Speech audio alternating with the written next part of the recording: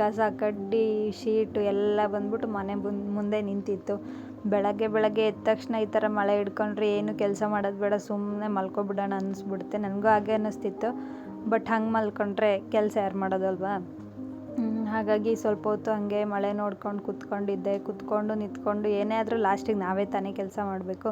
ಹಾಗಾಗಿ ಓಕೆ ಅಂತ ಅಡುಗೆ ಮನೆ ಕಡೆಗೆ ಹೋದರೆ ನೋಡ್ಬೋದು ಎಷ್ಟು ಕೆಲಸ ಇತ್ತು ಅಡುಗೆ ಮನೇಲಿ ಅಂದರೆ. ಯಾಕಂದರೆ ಪಾಪು ರಾತ್ರಿ ಬೇಗ ಮಲ್ಕೊಂಡಿದ್ರಿಂದ ಮತ್ತೆ ನನಗೆ ಟೈಮ್ ಸಿಗೋಲ್ಲ ಮಲ್ಕೊಳ್ಳೋಕ್ಕೆ. ಹೆಂಗೋ ಅಪರೂಪಕ್ಕೆ ಬೇಗ ಮಲಗಿದ್ದಾಳೆ ಅಂತ ಮಲ್ಕೊಬಿಟ್ಟೆ.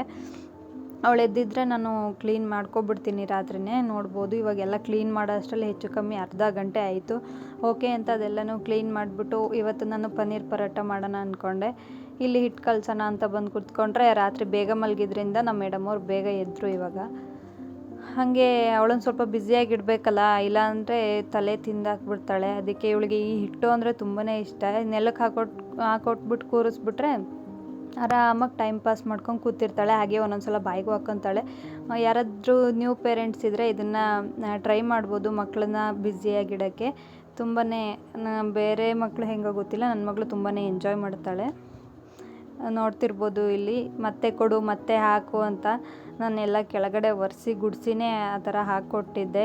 ಆದರೂ ಸ್ವಲ್ಪ ಕೊಳೆ ಎಲ್ಲ ಇರುತ್ತೆ. ನಾನು ಡೆಟಾಲ್ ಹಾಕಿ ಎಲ್ಲ ಕ್ಲೀನ್ ಮಾಡಿರ್ತೀನಿ. ನೋಡ್ತಿರ್ಬೋದು ಮತ್ತೆ ಹಾಕ್ಕೊಡು ಬಾ ಮತ್ತೆ ಹಾಕ್ಕೊಡು ಅಂತಿದ್ದಾಳೆ. ಇನ್ನೇನು ಮಾಡೋದು, ಅದೇ ಥರ ಹಾಕ್ಕೊಟ್ರೆ ಆಗೋದಿಲ್ಲ, ನಾನು ಕೆಲಸ ಮಾಡೋಕ್ಕೆ ಬಿಡಲ್ಲ ಅಂತ ಸ್ವಲ್ಪ ಹೊತ್ತು ಫೋನ್ ಹಾಕ್ಕೊಡೋಣ ಅಂತ ಅಂದ್ಕೊಂಡೆ.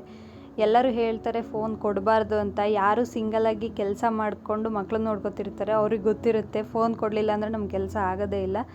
ನೋಡ್ತಿರ್ಬೋದು ಅಂತೂ ಇಂತೂ ಅವಳ ಹತ್ರ ಆಟ ಆಡಿಕೊಂಡು ಇಷ್ಟು ಹಿಟ್ಟು ಕಲಸಿ ಇಟ್ಟಿದ್ದೀನಿ. ಅಷ್ಟರಲ್ಲಿ ಪಾತ್ರೆ ಎಲ್ಲ ತೊಳ್ಕೊಂಬಿಡೋಣ ಅಂತ ಪಾತ್ರೆ ಎಲ್ಲ ತೊಳಿತಾ ಇದ್ದೆ.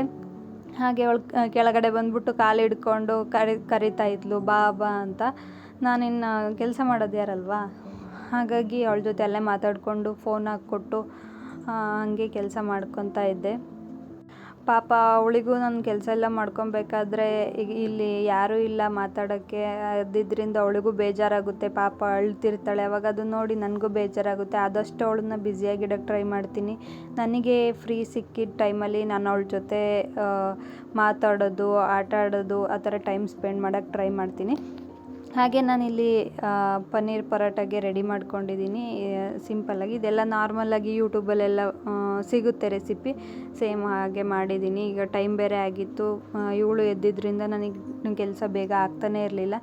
ಹಾಗಾಗಿ ಬೇಗ ಮಾಡಿಕೊಂಡು ಅವರು ಅಷ್ಟರಲ್ಲಿ ಬಂದರು. ಅವ್ರು ಬಂದರೆ ನನಗೇನು ಅಷ್ಟು ಕಷ್ಟ ಆಗೋದಿಲ್ಲ. ಯಾಕಂದರೆ ನನ್ನ ಮಗಳನ್ನ ಅವ್ರು ನೋಡ್ಕೊತಾರೆ. ಆರಾಮಾಗಿ ನನ್ನ ಕೆಲಸ ನಾನು ಮಾಡ್ಕೋಬೋದು.